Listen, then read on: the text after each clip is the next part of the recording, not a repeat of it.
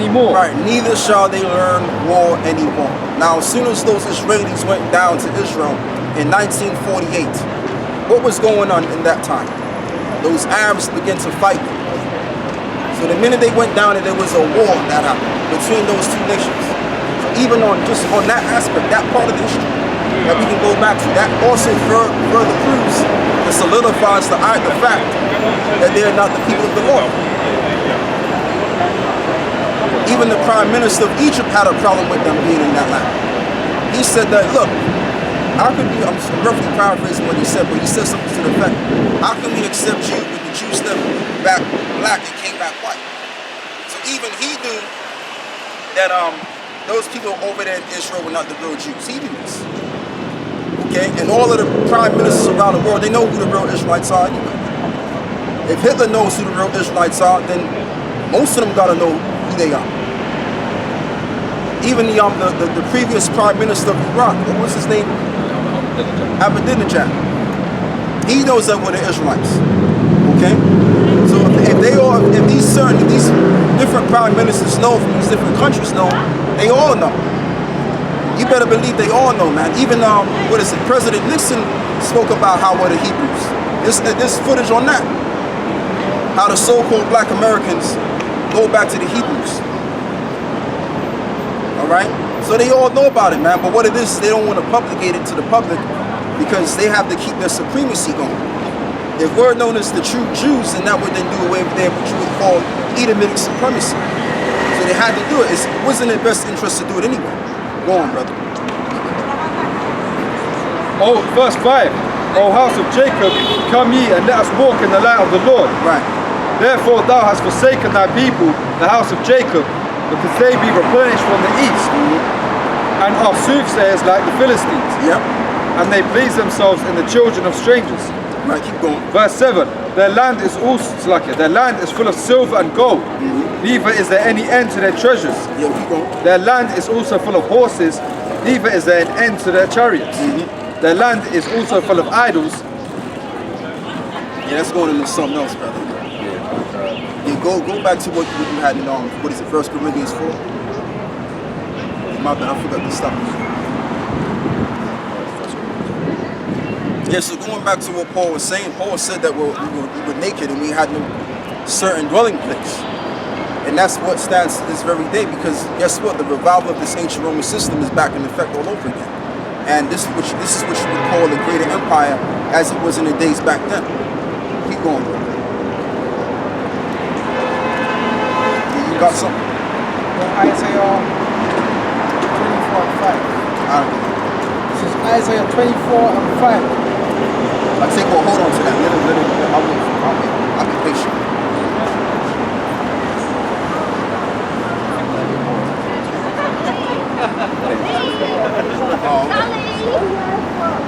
She's at the youth flyer opposite. She's right. I don't want to get in married. Yeah. 1 Corinthians 4 and 11. Even unto this present hour we both hunger and thirst, and are naked and buffeted, and have no certain dwelling place. In other words, what Paul was saying is that we don't have our own society. We don't have the kingdom of heaven. Because once the kingdom of heaven is established, that'll be our own setup. And not only that, not only will we be a sovereign nation, but we would also have a nation that would be far superior above all the nations. Because see, you could have your own land and all of that stuff, but guess what? You're not the greater empire. So that means that you have to be dependent on the other empire that's doing pretty good. And they have to tell you what to do. Like how China and India and all of these other places have to submit to the powers of the West. Alright? But what's going to happen with us? Not only are we going to be sovereign, we're going to have power over the people. We're going to have all of the power over these other nations. And thereby, that means we get to set the laws and set what goes on in the trends and all of that. We'll be the ultimate government above all of the other governments that Yahweh Shah is carrying on his shoulder. And verse 12. And labor, working with our own hands. Being reviled, we bless. Being persecuted, we suffer it. Right. Being defamed, we entreat. We are made as the filth of the world. Right, and that's another thing too, because when you really check out, in particular, Great Millstone camps, you got the different camps out there that are pushing Israel. That's all right, but the most hated camp on the scene as of right now is the camp of Great Millstone, man. What a camp every other camp like to hate. So this stands true to this very day. If you're going to be a true disciple of Yahweh Shemiah Shai, you're going to be considered this. Let's read that again. Verse 12. It's like in verse 13. Being defamed, we entreat. We are made as filth of the world, and are the offscouring of all things unto this day. Right. I write not these things to shame you, but as my beloved sons, I warn you. Right, because you got to understand also, Yahweh Shai was a man that was rejected of his own. And it does say, in the scriptures it says, yeah, you can get that, you know what I'm saying? But as it says in the scriptures, it says, the servant is not greater than his master. So if the master was if our master was rejected, which is Yahweh Shai, then we're going to be rejected as well, even unto the world. All right, and that's a good thing, because if we're rejected to the world, then the Most High has accepted us. Because you can't have it both ways. You can't have it to where the world accepts you and then the Most High accepts you. No, it's either the one or the other. It's either the Lord is going to reject you, and then Yahweh Shai accepts you, or vice versa. Like you got these celebrities, like you got this current this rapper today. He's named Snoop Dogg, of course. Oh yeah. He's found out that he's an Israelite, which he's probably already knew he was an Israelite. But he's now coming on the scene saying that, oh yeah, see, it says in the Bible that the Lord was a so-called black man. All right. So you have these celebrities, or these Jake celebrities that are coming to the conclusion that they're Israelites, but you don't see them out here doing what we're doing. And they haven't given any money to the cause. Alright, so really they're full of SHIT, and plus they've sold out. They've received their consolation in this world. The scripture says, what profit of man that he gained of himself to the whole wide world? Because when that world falters apart, what's going to happen to you at the end of the day? You're going to have nothing. But see, if the world crumbles apart, guess what? We're going to have something to fall back on, which is these strips. And it also says, heaven and earth pass away, but my word will be there forever. Alright, so we'll always have something. Anyway, brother, what you got? But what I'm saying as a whole is that these celebrities, people that have made their name or made a name for themselves in this world, they're rejected of God. Okay, they're the rejects of the Most High. Every celebrity you can think about, they're rejects of the Most High. But the men that are being rejected of this world are accepted of the Most High. Alright? So you can't have both things at the same time. It's either you're going to have one or the other. Go on, brother. Alright. If you got some, brother, just read it. Isaiah 50. This is Isaiah 53 and 3. He is despised and rejected of men, a man of sorrows and acquainted with grief. Right. He was a man of this. Yahweh Shai was a man of sorrow and acquainted with grief, like how we're acquainted with grief. All of us are acquainted with grief. You truly believe in this truth, and you see the reality of how things are operating, you're going to be acquainted with grief. It says, what is it? Much wisdom is much grief. Exactly. It says that too. It says, oppression make of a wise man mad. So the more wiser you get in this knowledge and this understanding, the more miserable you're going to become. It's just natural. Go on. And we hid, as it were, our faces from him. Keep going. He was despised, and we esteemed him not. Right. Verse 4, surely he hath borne our griefs, and carried our sorrows. Right. Yet we did esteem him stricken, smitten of the Most High, and afflicted. Yeah, he was, and that's what it was. And the Most High didn't spite him because just to spite him. The Lord did it for a reason. The Most High did it for a reason. Okay? Anyway, let's read what we got there. So wait a minute. So if the Most High smitten his begotten son, Yahweh Shai, and he's going to spite us as well to get us back in order.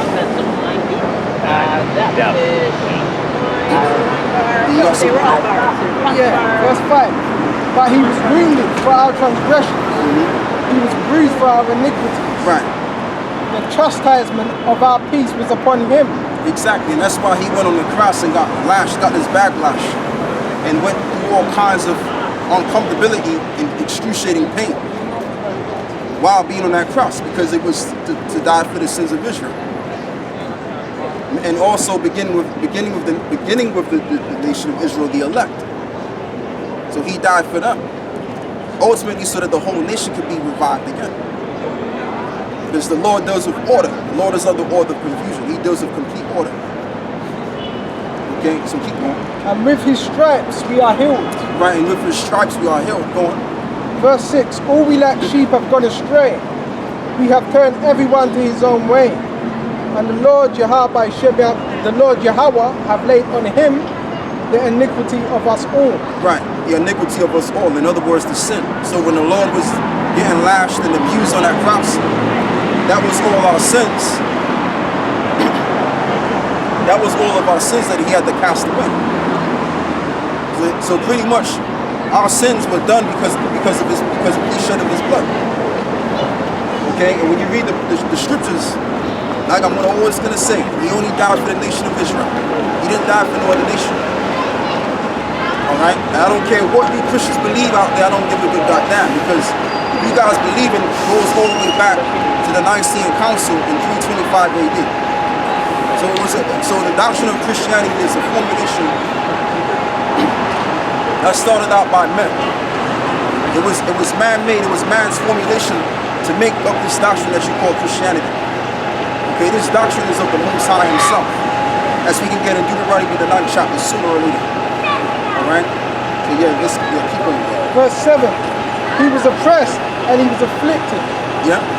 Yet he opened not his mouth. He is brought as a lamb to the slaughter. Right, he was brought to the lamb as a slaughter. And that's very true, because he was what considered the sacrificial lamb. Because there was a time when the Lord, which ultimately, that was always the case. But like I said, there was a time when the Lord wanted to cease Israel sacrificing animals and stuff like that. He did away with that, because Israel kept on doing it from time and time again. So the Lord said, you know what, I'm not going to be accepting that anymore. So what the Most High did, the Most High sort of his begotten Son to be as the sacrificial lamb, so that Israel can be reconciled back to the Most High. All right, go on, brother. So Matthew 5 and 11. Blessed are you, blessed are ye when men shall revile you and persecute you. Right. And shall say all manner of evil against you falsely. Right. For my sake. And shall say all manner of evil against you for my name's sake. And guess what they're going to start doing real soon, which I'm not surprised. And all of us are not surprised. What they're going to start doing is this. They're going to start making us look very bad in the media, like terrorists. And that's when the whole world is going to begin to despise us. Because people only begin to believe in what the media tells them. People are not really that bright. So they'll watch what's on TV and accept what they see on TV and take it as reality. Alright? But Esau's going to use his spiritual, his power to fulfill this prophecy. Go on, brother. Verse 12. Rejoice and be exceeding glad, for great is your reward in heaven. So when that happens, we're not supposed to be afraid and shutting ourselves. Now, we're going to shut ourselves to a certain degree. Certain ones of us that have a certain level of faith. Right? I'll say all of us will, because we're going to experience something that we've never experienced before. You know? But it says to rejoice. Why does it say to rejoice? Let's read it. Rejoice and be exceeding glad, for great is your reward in heaven. Right? For so persecuted they the prophets which were before you. Right, so they persecuted the prophets which were before you.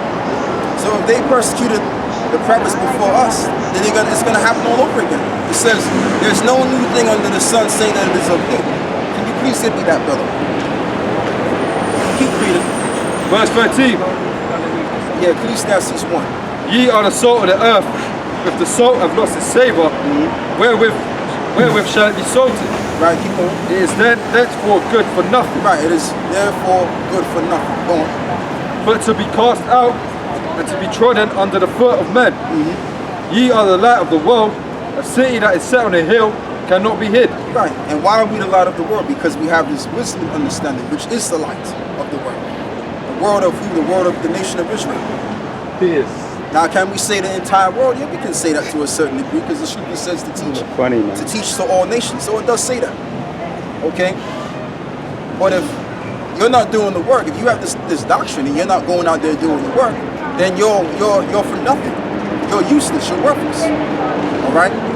That's just the point. Keep going. Verse 15. Neither do men light a candle and put it under a bushel. Right, neither do a man light a candle and put it under a bushel, man. That's my favorite verse. You know? And you got a lot of guys that have had the truth and they went right back to the world, man. The napkin, they put it right underneath the napkin, man.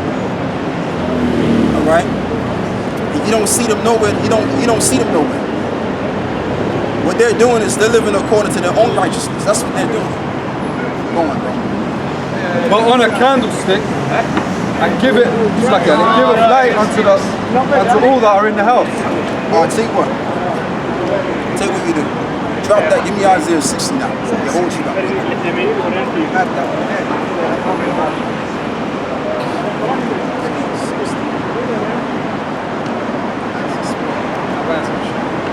Yeah, read it now. This is Isaiah 60.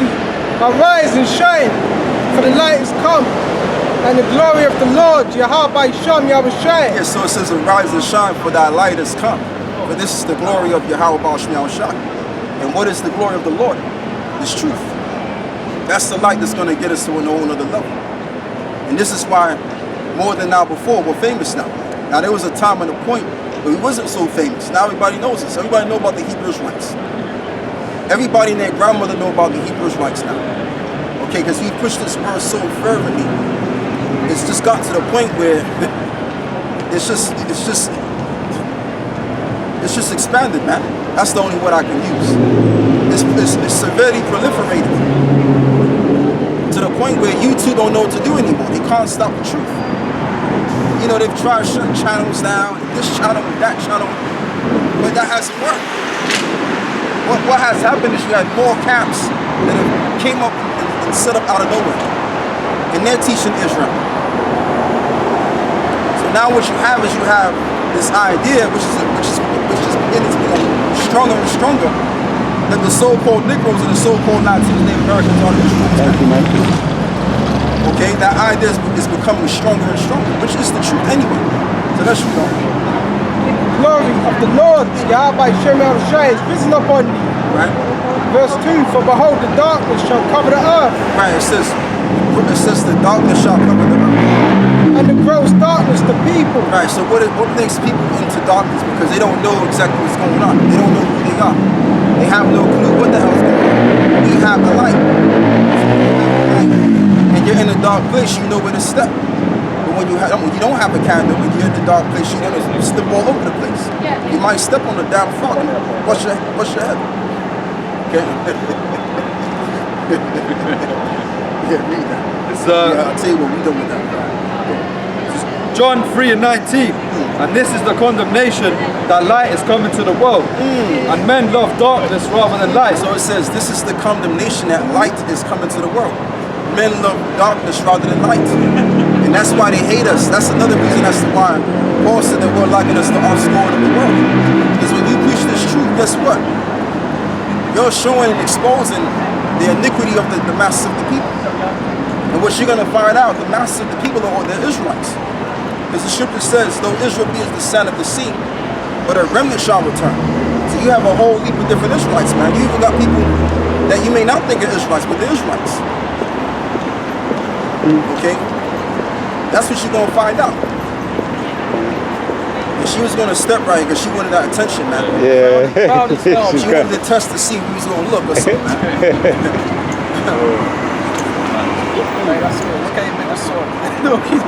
Oh, yeah. Oh, man. Yeah, you gotta be careful with that, man. These don't take too lightly, man. So yeah, man. So yeah, let's keep going, brothers. Yeah. John 3 and 19. And this is the condemnation, that light is coming to the world. Right. And men love darkness rather than light. Exactly, man. Because their deeds were evil. Because their deeds were evil. So when you show this light to them, you're revealing their deeds, and their deeds are what? Evil. That's what you're revealing. And this is why YouTube wants to shut this thing down, man. Because this world does not correlate with this word that we're bringing to this world. They don't want to have nothing to do with it. But there's nothing that they can really do, because this is of the counsel of the Lord. This ain't set up by no man. This is set up by the Most High Himself. Yahweh Baal Shem Yahushua. That's right. That's why it says there be many devices in a man's heart, but the counsel of the Lord that shall stand. And this is part of the counsel of the Lord. Okay? There's been times, man, I've experienced being arrested, taken off the streets, threatened, and all of that other stuff, and you older brothers as well. But y'all are still out there teaching the word. Why? Because the Most High ordained us to teach this word. That's right. Right? Go on. So John 8 and 12. Then spake Yahushua again unto them, saying, I am the light of the world. He that followeth me shall not walk in darkness. Yahushua is the light of the world. And it says, he that followeth after him shall not be in darkness. Give me that in Isaiah 8 and 20, brother. Keep on. But shall have the light of life. We should have the light of life. So not only are we going to have the light, but we're also going to have life. Alright? That's why we don't have to go to these damn clubs and act like a goddamn fool, because we're already settled in our mind. We're already comfortable with them. We have the true wisdom and understanding that's going to direct us in the right way.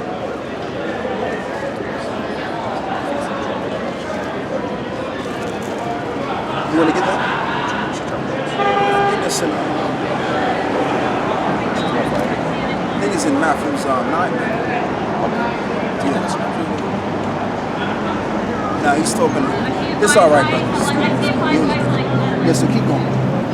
This is Isaiah 8 and 20. I know you're going to bring it up. On the road.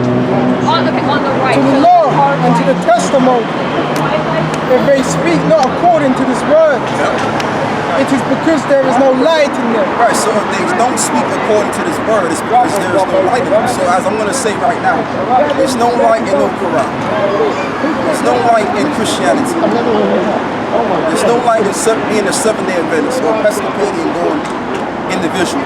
There's no light in all of that stuff. There's only light in the gospel, the true gospel, which is what we have. Okay, and I'm saying that right now, but what I'm going to say is going to be made manifest in the future to come. Because when all hell breaks loose, when this society completely hits ground zero and everybody's going about in the state of power, there's going to be a very few men that are going to be found stable-minded. And guess what? They're going to have this truth. What's going to support them and sustain them is this truth.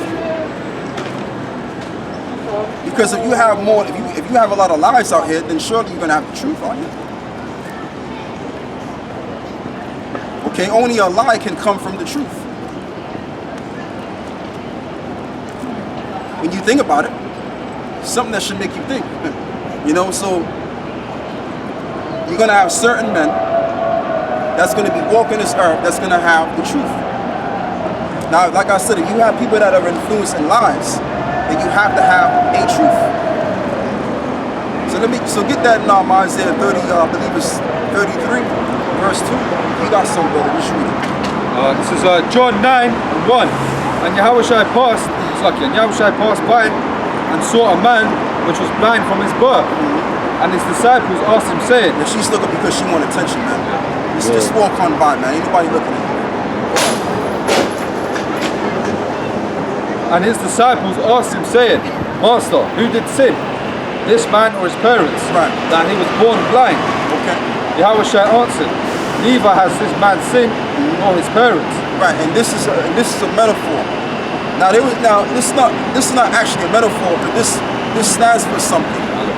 It's an allegory. Come on, go on.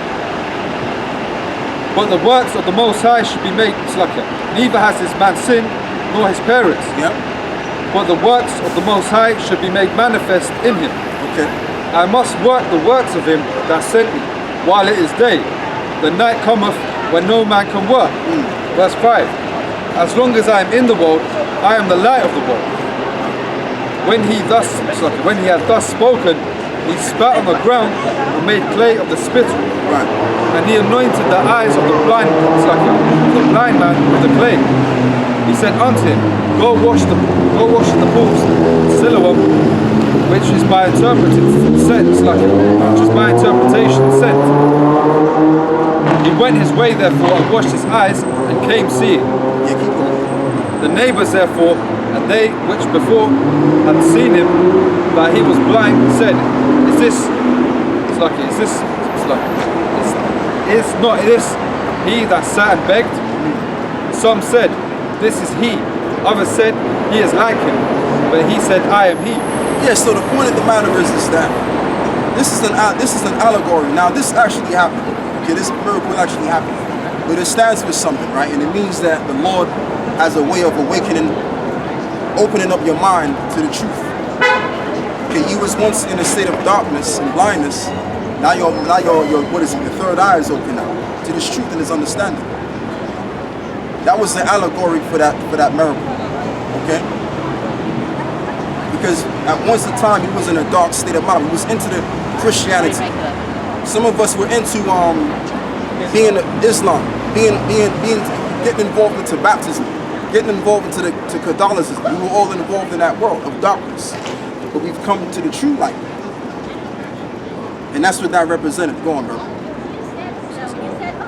Verse 10. Therefore said they unto him, How were thine eyes opened?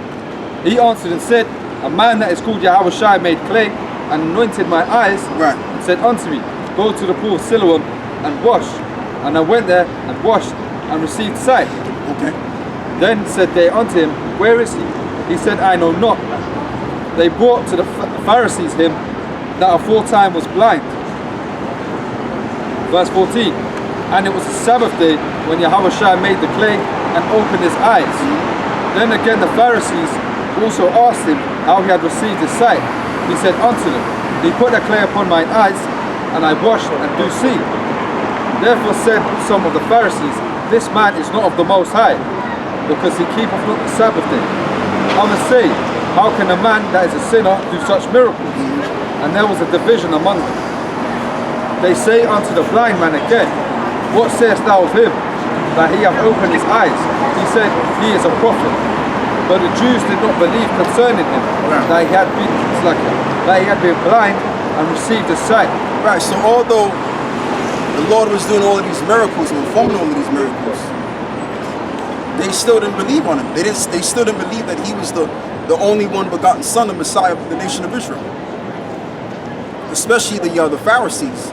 Now they knew he was the Messiah, but they chose not to believe in him because they would lose their position in their spot during the ancient Roman Empire. Okay, go on.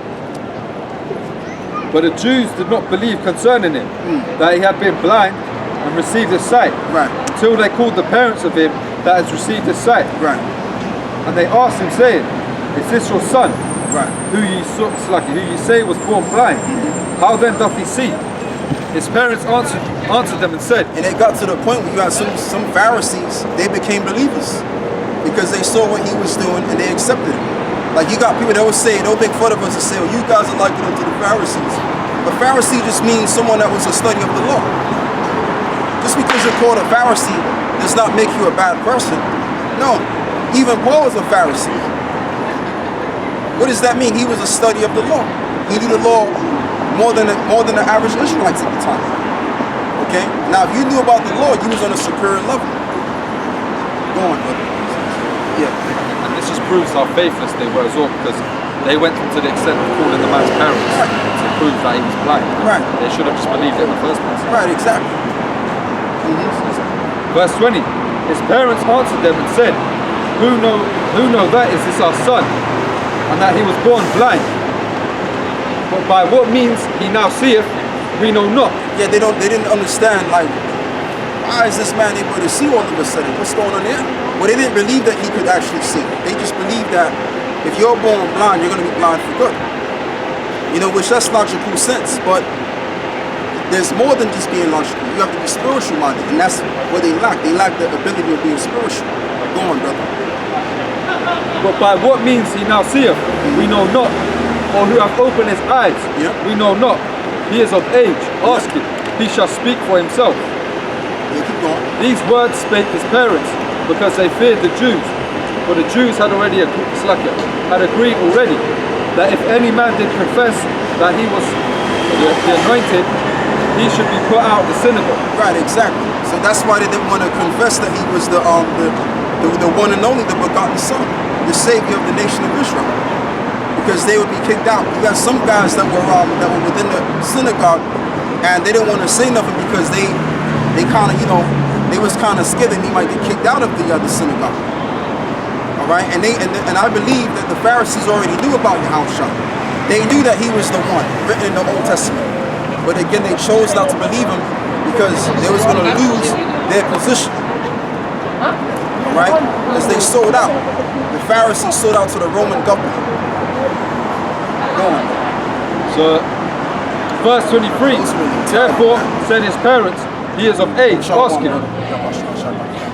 Then again called they the man that They was look blind. terrible, man. They look absolutely terrible, man. That's what I'm saying, man. Eating the wrong food, man, and you could talk. Come on, man. Anyway, let's continue on, man. And he said unto them, Just because come on, man. Just because some other women are wearing shorts, man, don't mean you can wear shorts, man. You know what I'm saying? This shit don't look good, man. Go on, go. and he said unto them, give the Most High And they praise. old too. They like in their 30s too. They got kids. Come on, man. Like every dog has his day, man. Go on, bro. We know that this man is a sinner. Right. He answered and said, whether he be a sinner or not, I know not. One thing I know, that whereas I was blind, now I see. Then said they to him again, what did he What is it? did he to thee? Eye patch. What is it? How opened he thine eyes? He answered them, I have told you already, and ye did I'll not tell you, hear. brother, you hold close. You wanna have a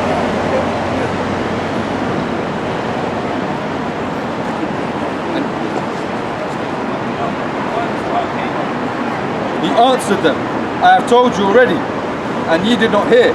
Wherefore would you hear it again? Will ye also be his disciples? Then they reviled him and said, Thou art his disciple, but we are Moses' disciples. Right, so one was saying that they learned of this guy, and the other was saying they learned of that guy, and this guy, right? But what was Paul really saying? Let's go into it. Verse 29, we know that the Most High spake unto Moses, as for this fellow, Right. we know not from whence he is. The man answered and said unto them, Why herein is a marvelous thing, Right. that ye know not from whence he is, and yet he have opened mine eyes. Right, from yet he have opened, that's the point, isn't it? It says from yet he have opened mine eyes.